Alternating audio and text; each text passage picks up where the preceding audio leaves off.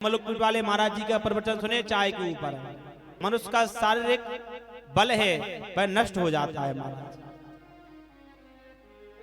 चाय से भूख मर जाती है तो भोजन नहीं हम पाते हैं, भोजन नहीं पाते हैं तो शरीर में कमजोरी आ जाती है।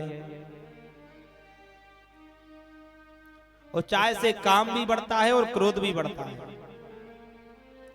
इसीलिए चाय बिल्कुल नहीं पीनी चाहिए। दूध पियो, गर्म पानी पियो, काढ़ा पी लो। हमने जब से महाराज जी का प्रवचन सुना बिल्कुल त्याग दी चाय। कहीं पर भी जाएं, कोई कितना भी निवेदन करे, हम चाय नहीं पीते महाराज।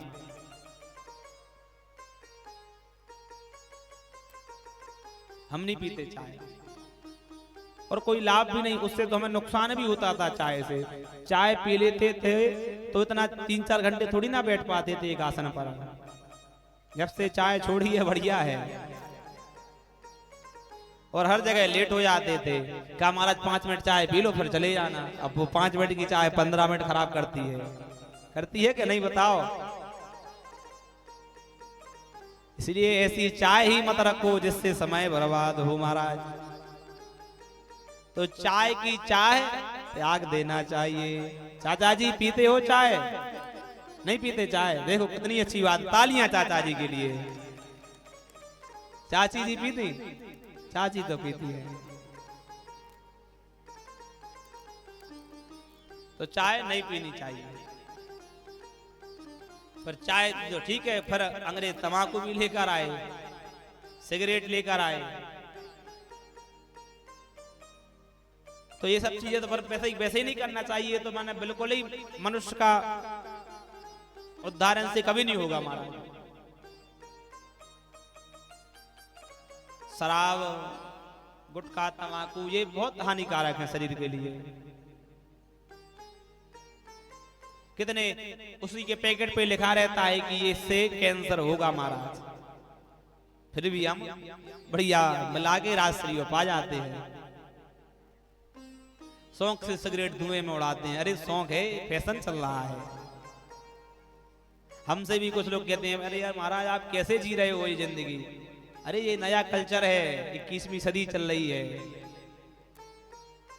थोड़ा लुक में रहा करो। बार बार ये टकली करवा लेते हो, थोड़े बड़े बाल रखा करो।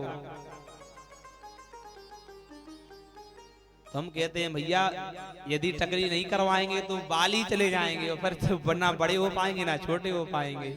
इसलिए कम से कम छोटे छोटे बढ़िया हैं। तो फैशन में ज्यादा नहीं रहना चाहिए महाराज। तो अंग्रेजों ने एक तो चाय लेकर आए, फिर दूसरा लेकर आए सिनेमा। हमारे यहाँ पहले सिनेमा नहीं था, रामलीला होती थी, कृष्ण लीलाएं होती थी, नरसिंह मेहता जी के चरित्र होते थे, गांव गांव में होते थे कि नहीं आप लोग बताओ। हमारे रघुनाथ जी की रामलीला ललितपुर में सबसे प्राचीन रामलीला।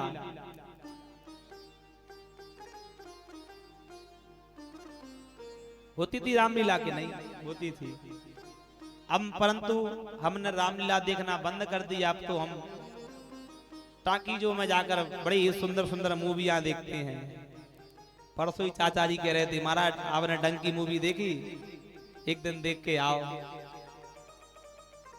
हमने क्या उस मूवी को क्या देखना जिसका नाम ही डंकी हो।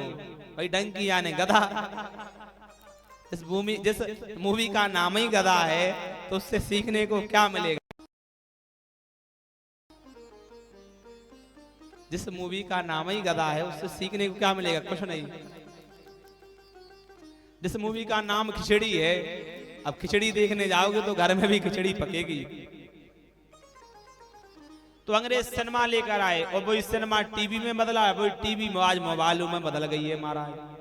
और बच्चे बोलना सीखते नहीं कि मोबाइल चलाना सीख जाते। बोलना तो बाद में सीखते हैं, मोबाइल चलाना पहले सीख जाते हैं महाराज। घर घर की दुर्दशा है, घर घर की, हर घर की।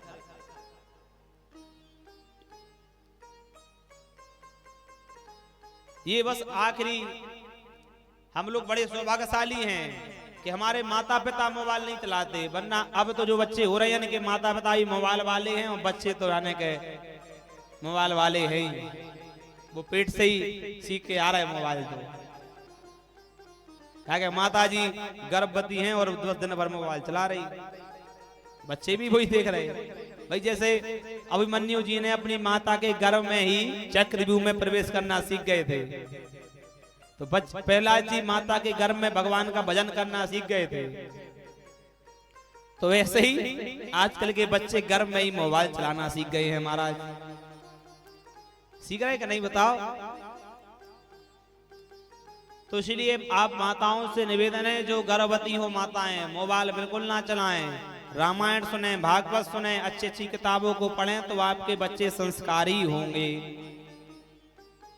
और यदि ये सब नाटक फिल्मी देखोगे तो नाटकों में तो क्या होता है भाई, पता चला को बेटे ने अपने पिताजी में ही थप्पड़ मार दिया, को माँ को फिल्मों में को घर से बाहर कर दिया, तो वही वो बेटा गर्भ में बैठा बैठा देख रहा है, तो वही वो करता है आप बाहर आकर। गर्भवती माताओं से अनुरोध है, जो माताएं गर्भवती हैं वो जैसे गरम गरम भोजन करती हैं तो वो शिशु को बड़ा दुख होता है, तो सात्विक आहार करना चाहिए, माता पिता का फर्ज होता है। भाई पूरा दोष हम बच्चों को ही नहीं दे सकते बिगड़ने का, आधा दोष माता पिता को भी है।